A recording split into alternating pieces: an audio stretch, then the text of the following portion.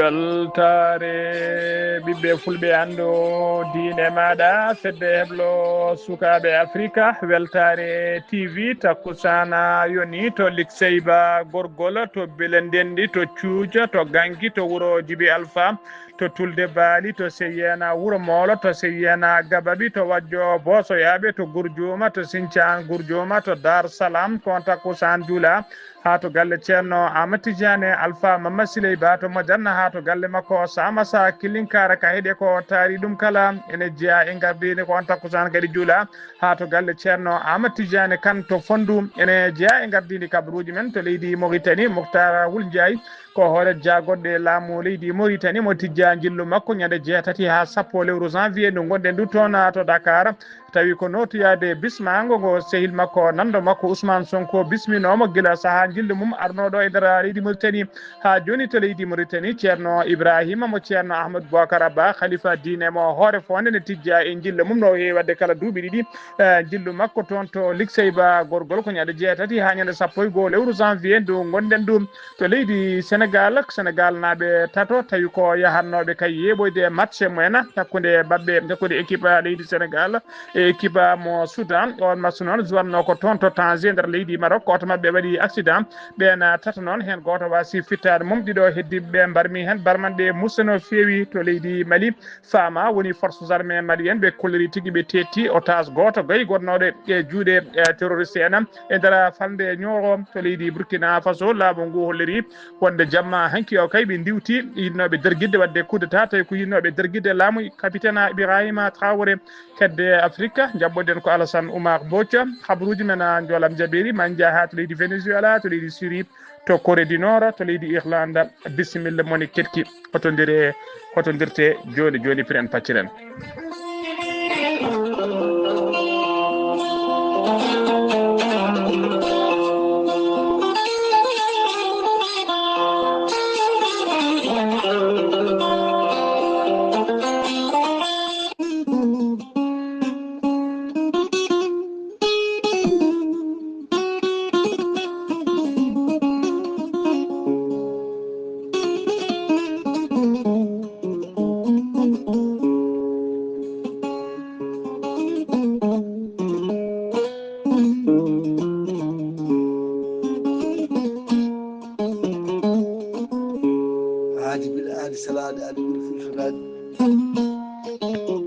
salade aadi ɓuuri firtude aadi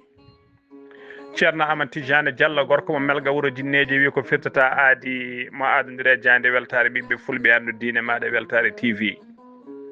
ceerno Amadou Tidiane Diallo ko wittoyanke leɗɗe ko safriyanke safruji fina tawa gandu bindi laaɓaɗo leɗɗe jaadindo ɓalawale danwal kala ceerno Amadou Tidiane Diallo Allah luɓirimo gandal omo safra rafiji kewɗi ɗi jiida cirol gorko mo melga wuuro jinneje ne yawrani ɓe wonduɓe koyɗe musoje keeceje musoje ɓalli ɓuutoji ɓalli ƴakkoji e ɓalli ɓuutoji kala ceerno Amadou Tidiane Diallo ne yawra ɓe rewɓe wonduɓe kista fibrom dogam sitta rewɓe ronkoɓe sowade rewɓe dartoraɓe sattoraɓe dewle kala ceerno Amadou Tidiane Diallo ne yawrani ɓen worɓe wonduɓe dendagal rafiji gorago kala guila usraɓe gorago yawɓe yitade koye men jippiɓe leecce wonduɓe prostate ceerno Amadou Tidiane Diallo prostate ma no fonno kala so tawi on jokkodiri nder balɗe tati joni docteur ma nawdema holo safa ƴettuɗa ceerno Amadou Tidiane Diallo gorko mo melga wuuro jinneji en yawrani ɓen worɓe e yimɓe dendagal yimɓe ɓe arsigaji men kippi wonduɓe dabruji weddaɓe korte ceerno Amadou Tidiane Diallo ne yawrani ɓen ɗaɓɓoɓe kayitaji guila e visa ji ha e embauche kala gorko mo melga wuuro jinneji oɗo saaha mo tawe to Paris laamuno ko leydi France sa yiiɗi jokkodirde e makko mbatta ko 00 336 04 04 66 27 ko numéro makko appel kadi ko numéro makko WhatsApp ceerno Amadou Tidiane Diallo gorko mo melga wuuro jinneji base makko ne tawe to Dakar en tawi ɗon mi yi ko ene wiye ceerno Abdoulaye Diallo numéro mbatta 77 714 94 15 ceerno Amadou Tidiane Diallo base makko ne tawe to Dagana ha to Rosso Mauritanie kala en tawi ɗon sehil makko ɓi nene makko ne wiye ceerno Amadou Dia gorko mo leeraɓe numéro mbatta 77 537 79 28 ceerno Amadou Tidiane Diallo baba makko ne tawe to Nouakchott en tawi ɗon ɓiyi ko ne wiye Abdoulaye Diallo numéro mo mbatta ko 46 94 21 91 ceerno Amadou Tidiane Diallo ko laaɓɗo reedu ceerno Amadou Tidiane Diallo ko malaɗo wune ko newiɗo sanne sanne mbadden danɗo faade makko.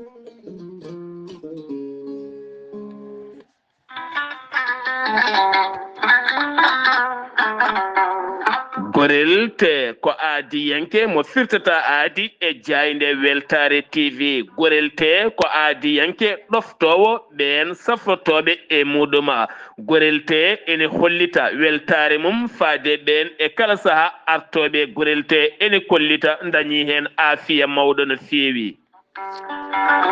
gorel te ko haako moƴƴo iwru ko tokkore dinnoro ari ko wallude e safrude ha moni kala daña aafiya muɗum on joguiɗo AVC cardiaque ƴiƴam dogata e ɗaɗi mum ɓandu jaaɗoru ɓandu wuloru neɗɗo tuƴiɗo mo nangata taare kala mum de gorel te ene humta on haaju gorel te noon sa yiɗi andude ko jangta e mum ko kala jahata koto Google mbaɗa www.gorelte.com ma jangan hoorema kala gorel te an tuƴiɗo donkuɗo yaade juma e jama ni jokkoyde enɗam kala musalla ɓandu no fotiri kala gorel te ene momta ha laaɓa e ballal jomiraɗo o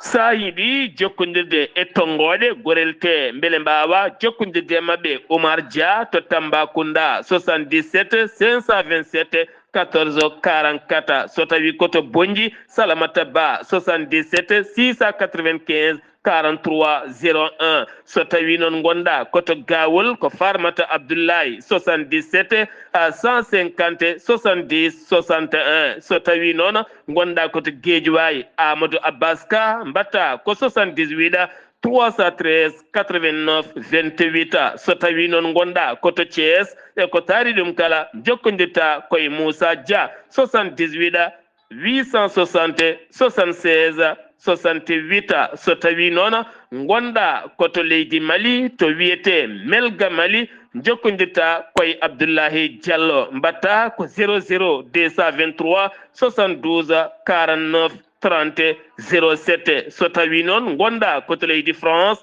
jokkodirta koye Haruna Ngayda 06 50 99 64 43 so tawi koto États-Unis d'Amérique gonda jokkodirta koye Abousso Kawral Fouta Business plus 1 34 77 01 56 77 musidɓe tedduɓe gorel te kawis ɓolo e muɗuma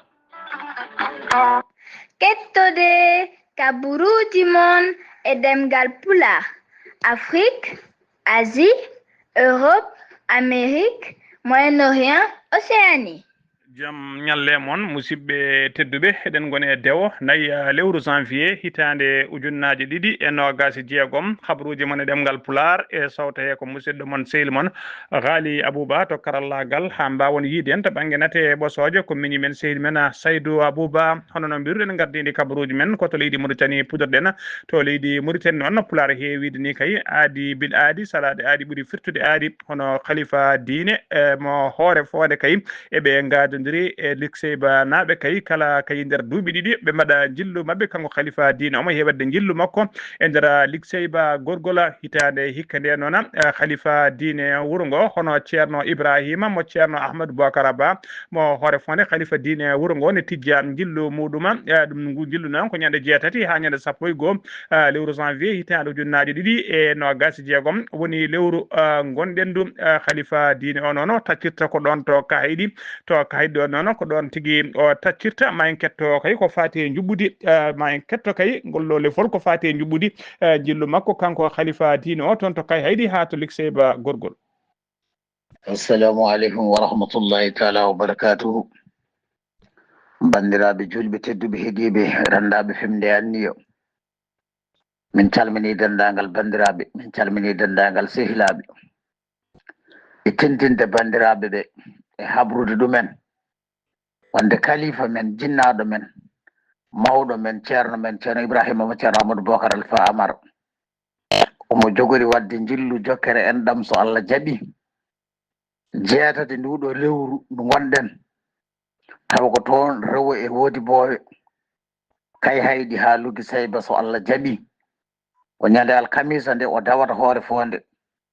so Allah hoddiri o faya kay haydi ko ɗon o taccirta o jippoto noon koto galle ceerno Mamadou Ousmane ɗo dendagal bandiraɓe dendagal sehilaɓe dendagal qaddameɓe dendagal moƴƴuɓe eɓe nodda e keewal eɓe nodda e peewal eɓe bisma nde ɓe garata jaɓɓade kalifa o ɗon to kay haydi so Allah jaɓi to galle ceerno Mamadou Ousmane ɗo ko ɗon jippete ɗon o ñallata ñande alkamisa nde so hiiri noon ɓe joftoya luki sayba so Allah jaɓi on jamma ɓe mbaldata ko mawludu nabi so Allah jaɓi ñande aljumande soɓe piini subaka 11h ha midi ɓe mbaɗa deftere kamilu nde ko hen ɓe gonata ha ceerno yalta on saaha so ceerno yalti ma yewtide bandiraɓe ɓe ma duwodire mumen ha waktu o yona ɓe juuloya tisubar soɓe garti ɓe pofto ha kikiɗe ɓe mbaɗoya asturul jumat so Allah jaɓi ñande samedi nde noon so fini wonno adorino yaade salminoyde dendagal bandiraɓe dendagal halifaɓe diine wonɓe ɗon salminde ɗumen juurodirde mumen so yeehi ha kikiɗe noon dendagal sohnajo gonɗo ɗon e wuuro he lugi sayba eɓe noddi ɗumen e keewal eɓe noddi ɗumen e keewal eɓe bismi ɗumen ɗon to galle kalifa ɗo to galle jatigi mabɓe ɗo galle jatigi mabɓe ɗo bandiraɓe fof ene bisma ɗon dendagal koreji ɗi Ibrahima Mamoudou e yamirore makko e konngol makko omo noddi dendagal bandiraɓe dendagal hoddiɓe makko ko taari lugi sayba bangeji fof e wuuro ngo kañumen fof en bisma ɗon to galle mabɓe ɗo arta jaɓɓade kali on paami tigi jubbude ni no leliri ɗum noon ene mbiya tan dendagal likseɓe eko taari ɗum wonɓe e wuuro ngo wonɓe Nouakchott e wonɓe e nder guure kala ha diaspora kala gande koye oɗon jogui koɗo tawi ko koɗo teddude no fewi ko fotino khalifa diine hono ceerno Ibrahima mo ceerno Ahmadou Bocara mo hoore fonde ha joni koye leydi Mauritanie keddoɗen fedde tawi ko fedde yummam almuɓe e gardugol sohna Aminata Guissé ko fedde noon darnide wallude dendagal wallude e ɗoftude dendagal kayya almuɓe e nder windere he kala ha tengti noon e nder leyɗele men e ɗoftude sernaɓe kadi tawi ko halfinaɓe ɓeɗon almuɓe ha tengti noon kadi almuɓe tawi ko almuɓe ɓe jeeyaka e ɗeɗon guure fedde nde noon ne heewi addude kala saaha kay addude balle muɗum kay faade ɗen addude tawi koto almuɓe ɓe qurana ɓe janggata gam yidde wallide almuɓe e ɗoftude sernaɓe caggal nde fedde yummo almuɓe noon addi balle mum faade toon to ndulmaji dembe funeɓe ha e almuɓe foof toon to wendu bosoyaɓe ha toon to gurel ha tigi to wuuro gurel ha tigi e yoga e guure kay nder leydi Sénégal hitande hikka ndene tijja tigi ɓe jiiɗi ɓe joofi tigi ko toon to leydi Mauritanie noon ko ñande kay nogas e tati e nogas e nayyi lewru janvier ɓe ɗamini yillade to leydi Mauritanie on programme noon ñande nogas e tati nde ko ɗon délégation ngaji ɗi woni délégation ummiɗo Sénégal e délégation Mauritanie ɓe pottitta ɗon to kay haydi ɗon ɓe mbawa tigi juuroyade khalifa diine wuuro ngo hono ceerno Amadou Tidiane Alpha Mamma Siley Ba ɓe teddinir ɗum ko fati tigui e nguɗon jillu e balle ɗe ɓe ɗamni wadde nder leydi Mauritanie caggal noon soɓe ummi toon e dow yamirore khalifa o ɓe mbawa yettoya toon to Likseyba gorgol noon ɓe woni toon jatigue mabɓe ko Ibrahima Saydou Kane kañum woni jatigue mabɓe caggal noon nde ɓe jippi ɗon haaɓe pofti kay ɓe mbawa yettoyade tudal ceerno CCC tawategal nder galle makko toon to Likseyba gorgol ko ngal duɗal noon hitande hikka nde e nder Likseyba gorgol ko ngal duɗal wonide fedde yummum almuɓe joofi kay gam addude ballal mum faade ngal ɗon duɗal caggal ɗum noon soɓe ummima toon ɓe jaɓani ko toon to wuuro men wiyetego Mbahe to wuuro men Mbahe noon ko toon tigui woni toɓe tindini ɗum ko ñande nogas e nayyi lewru janvier ndu gonɗen ndu toon to Mbahe noon tawi kadi ɓe toon to Mbahe noon maɓe mbawa yettade kay tawi koye dow jatigue mabɓe toon ko khalifaɓe diine wuuro ngo kay khalifaɓe diine wuuro ngo ko wayno kay khalifaɓe diine wuuro ngo ko wayno ceerno Mamadou Sy kañum woni imam mo Mbahe e ceerno Yaya Dia kañumen khalifa diine wuuro ngo wondude e fedde rewɓe pelle rewɓe wondude e pelle jeunesse fedde jeunesse mbahenaɓe e dendagal pelle taweteɗe hen kala ene bisma toon ene bisma kadi teddinira ko fati e ɗiɗon ñalli tawi toon woni jatiga mabɓe toon to Mbahe noon ko musidɗo men seydi men hono docteur Amadou Guissé eɓe ñagoto eɓe teddiniri noon dendagal guure taariɗe kala nde mbawata tigui dendagal guure taariɗe kala e dendagal kala to yimɓe tawate kay ne mbawa tigi wattude hakkillaji men e almuɓe mbawa tigi wallude almuɓe e ɗoftude almuɓe kay kala ne jiiɗa almudel guela sellani kayde toppitoɗa ɗum saɗa wawi safrude ɗum cafra ɗum kala ne jiiɗa almudel ne huuli walla ala paɗe saɗa wawi holtinde ɗum walla sodande ɗum paɗe mbaɗana ɗum kadi so tawi a fotte almudel so tinno saɗa jogui ñamde tawi ko ñamde moƴƴiri a ñammina guel ɗon almudel kala jiɗɗo noon jokkade fedde nde kay taw ko fedde yimɓe almuɓe e mbiɗen e gardegol sokhna Aminata Guissé kala jiɗɗo jokkade mayre noon numéro sokhna Aminata Guissé o noon ko numéro leydi Sénégal mbatta ko 77 549 29 32 walla jokkodira e docteur Amadou Guissé toon to leydi France mbatta ko 00 30 336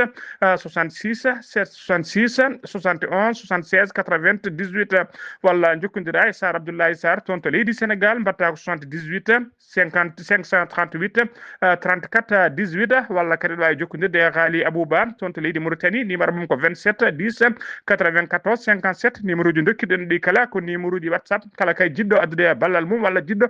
jokkade fedde nde ene bisma hen e ɗiɗo numéro uji ha joni ko leydi Mauritanie keddoɗen Moukhtar Wul Ndiaye kañum woni hoore jagoɗo laamu leydi Mauritanie ene tijja e jillu makko kay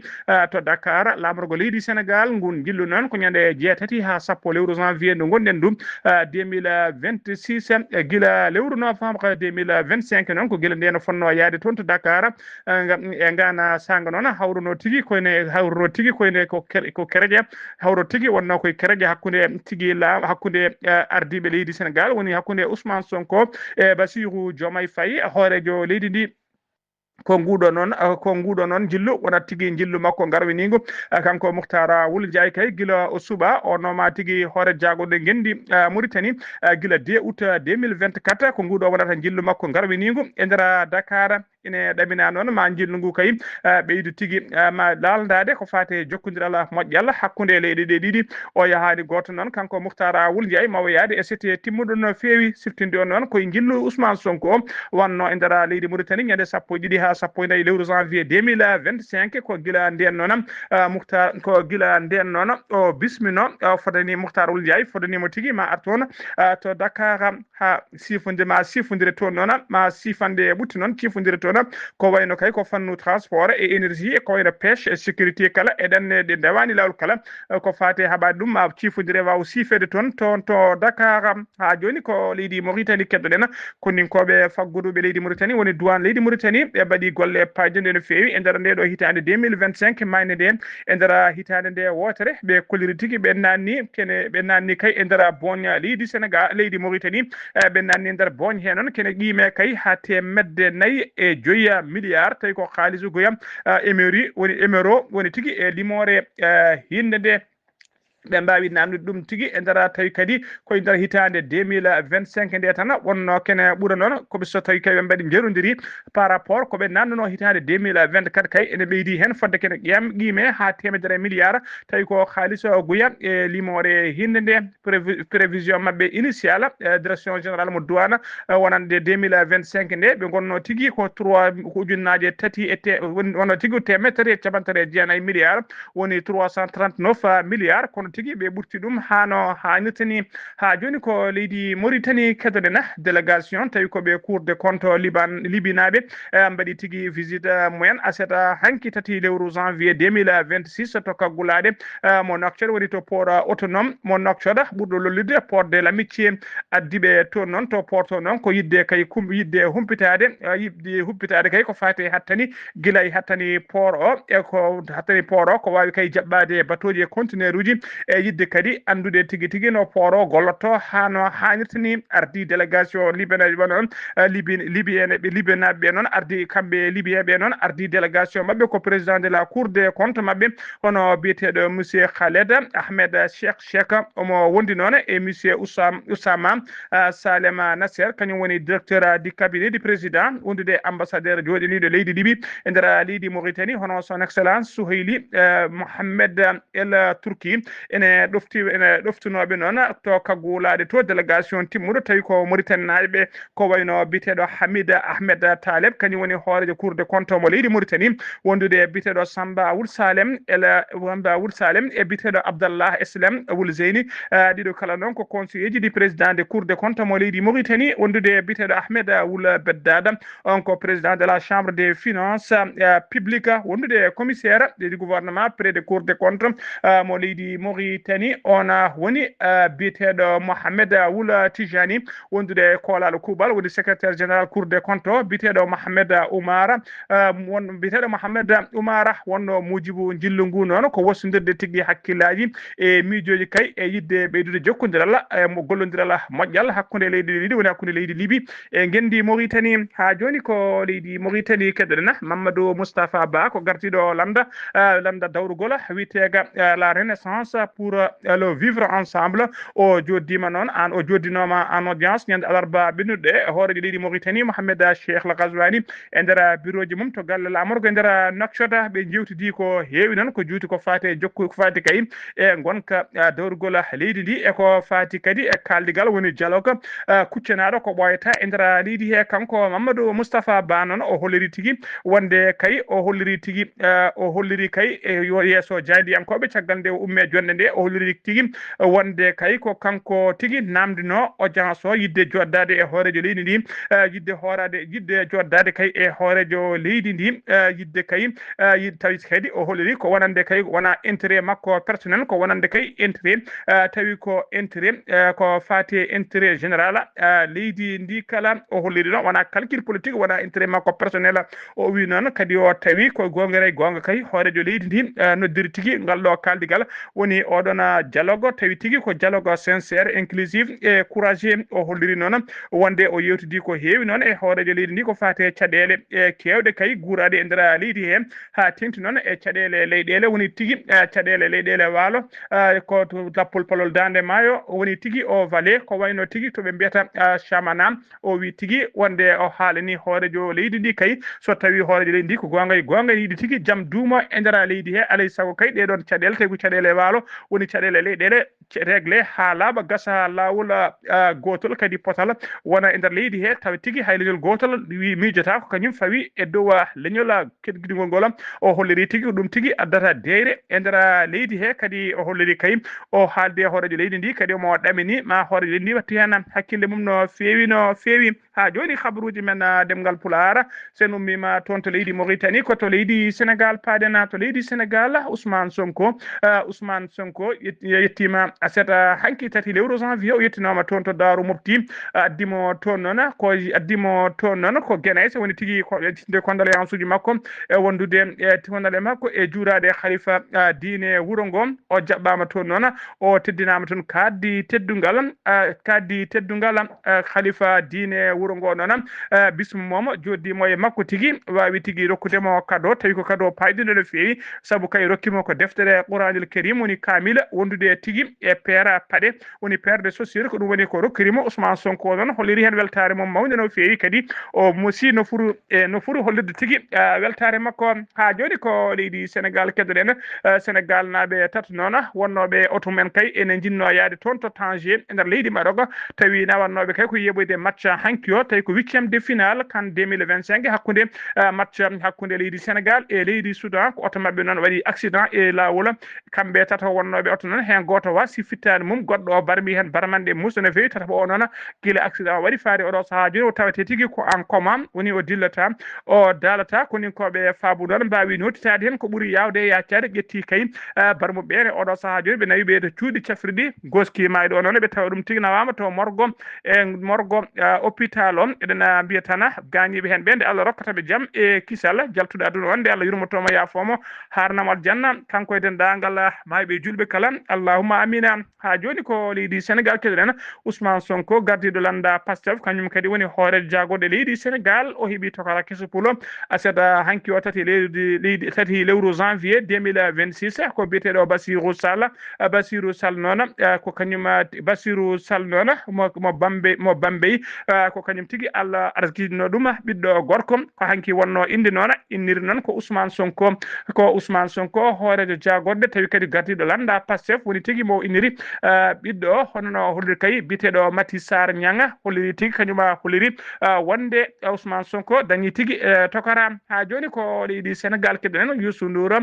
ko nalanki dowlu no fewi nder leydi Sénégal o yuɓɓinino heewade kala kay darde hitande walla mayde hitande baal tawi ko baal molanteɗo Allah ɗum noon ko aseta hanki tati lewru janvier to Dakar Arena o waɗi noon o welli toon noon baalo ha Wuli Diaw o ari noon komo ñanti tawi ko costume tiɗɗo no fewi marque muɗum wiyete ko Balmain tawi ko veste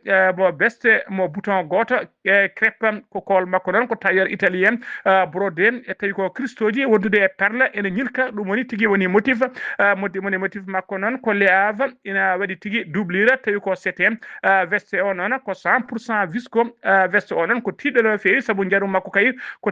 jarum makko ko ujunnaje 3 euro woni 3900 euro so weccitama e US franc CFA ene hawra e 2.558.2332 franc CFA won paami tigui ko million ngaji ɗiɗi e feccere kene ɓuura million ngaji ɗiɗi e feccere ko ɗum tigui woni ko jarata oɗon veste mo Youssou Ndour ɓorni hanki mo natiri e nder oɗon baala ha joni ko leydi Sénégal keɗonen laabi leydi Sénégal ene jokki yoɓade pittali Sénégal naaɓe kay e kala saaha joni kadi ko accident musto waɗi e dow route national numéro 7 accident o noon saabima kay ha ngoɗo wuuro witego Harakena naati tigui e sunare mawde no fewi Harakena noon ko wuuro tawetego e nder commune mo Bembou e nder département mo Saraya ko jamma aseta hanki o accident o waɗi sanga 23h35 minutes woni 11h35 minutes tawi ko jamma yimɓe ɗiɗo noon mbasi hen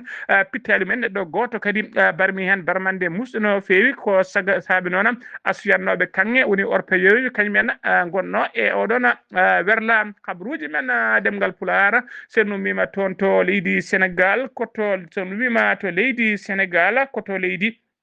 Sénégal koto leydi Mali paaɗen to leydi Mali noon aseta hanki tati lewru janvier hitande ujunnaje ɗiɗi e nogas e jeegom faama woni forces armées malienne ɓe ɓayini tigui ɓe kolliri tigui wonde ɓe jiiti ɓe kolliri tigui wonde ɓe tetti otage goto ɓe tetti otage goto noon gonnoɗo e juuɗe ɓen tawi ko witeɓe terroriste en to banggue rewoɓajo hirnangue Nioro ɓe kolli hono Nioro moftanoɗo kay moftanoɗo tawi ko sara gurel o moftano noon ko sara wuuro witego Gurel Hayre ɓe tettimo noon omo selli omo hiisi ɓe gartirimo kay kanko e charrette makko kala ɓe gartirimo ha toon to Nioro e nder communiqué he noon l'état major général des armées ɓe kolliri tigui ha joni wonde kay yoɓe gandu e leydi ndi foof andu wondi ala ko woni haaju mabɓe e himmiro mabɓe kay so wona kay rende leydi ndi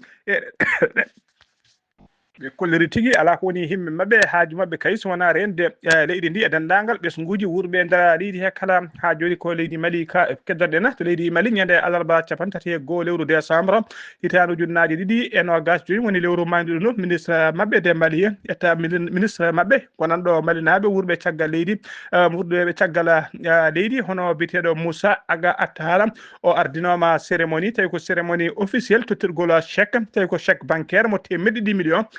franc CFA mo diaspora leydi Mali rendini kay tawi koko faati kay koɓe mbiyata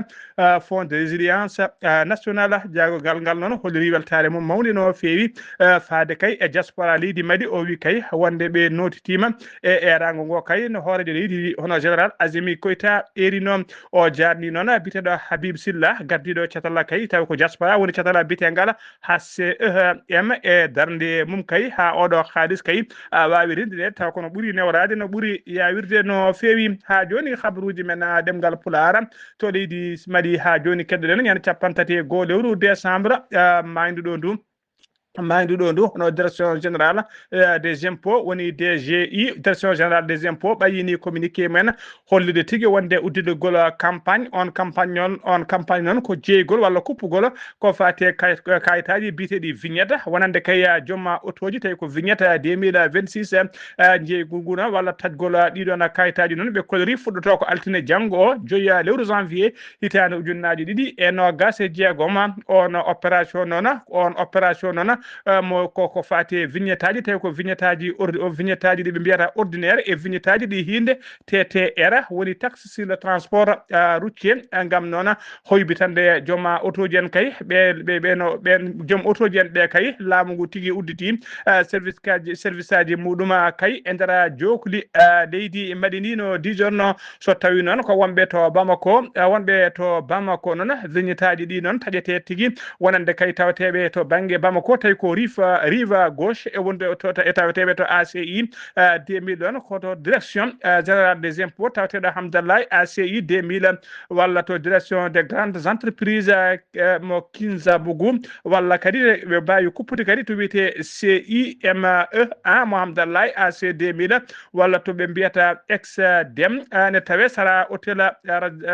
Radisson Blu mo AC 2000 walla to centre uji des impôts to commune 1 e commune 2 e commune 3 mo district mo Bamako so tawi noon ko Bamako naaɓe wonɓe to banggue rive droite ɓen noon mbawi tigui kuppoyde ɗiɗon vignette aji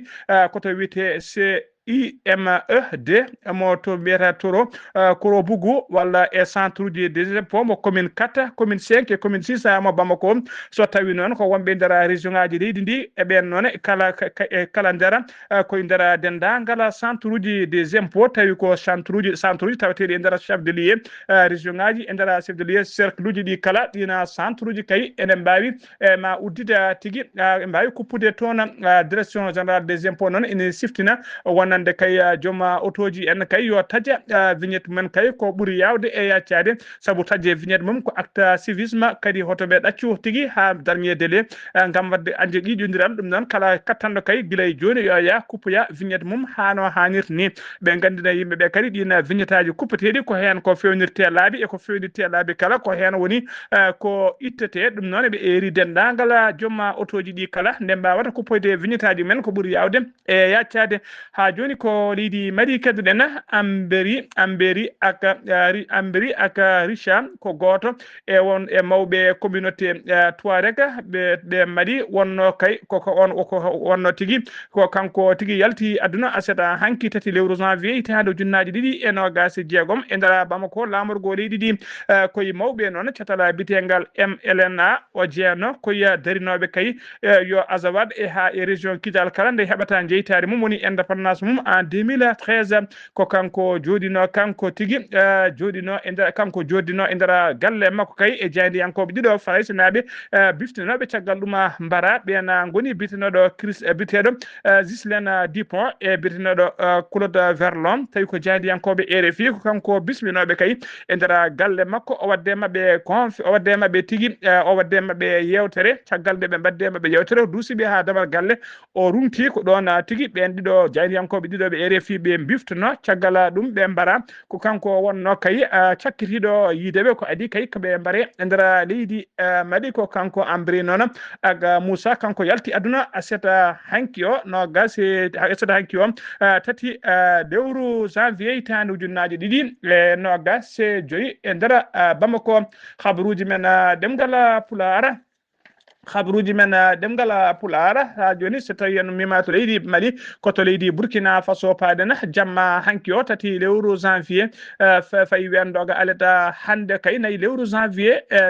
yatima tigui jamma juɗɗo no fewi jamma kay mouvementé e nder lamorgo Burkina Faso woni Ouagadougou ha e wuuro witego Bobo Dioulasso kala base uji militaire e caserne uji kewɗi no fewi kay gonno koye alerte mawɗo no fewi woni alerte maximum e saaha kala noon e oɗo saaha saha kala noona oɗo saha mo kalten kala birtiɗo camp moɓe mbiyata camp militaire Baba Sy mo Wagadugu ma andu kay holko kewi saabu kay matériel lourd kay waɗi matériel mawɗo no fewi kay tawi ko guerre ene jaltinama ene tawe ɗon hewɓe noon kollidi kay ko coup d'état tawi ko yinnoɓe derguidde laamu capitaine Ibrahima Traoré tawi kadi ɓe joofi feɗeni noon ko lieutenant colonel Henri Sawadogo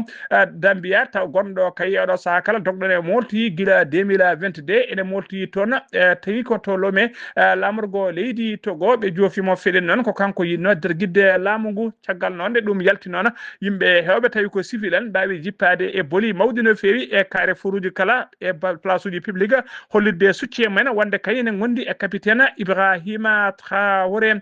page uji kewɗi tawa ko Facebook kadi e helloji weeyo kewɗi udditama gam hollirde succe men kañumen kala ɗe jaadi e capitaine Ibrahima Traoré ha joni habaruji men ɗemgal Pulaar kedde Afrique jaboɗen ko musidɗo men sehil men Alassane Oumar Mbodja gorko mo Sar Dogo Alassane Oumar Mbodja salminama juurama.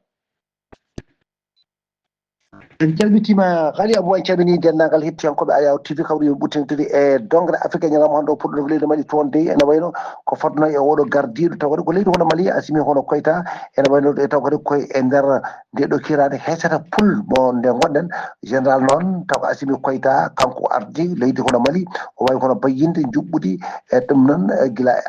lewru avril juɓɓudi ma won kadi wawɗede lewru avril garoyo ɗi ko wawde kadi ƴewde wonde e ƴewti to kadi taw kadi ko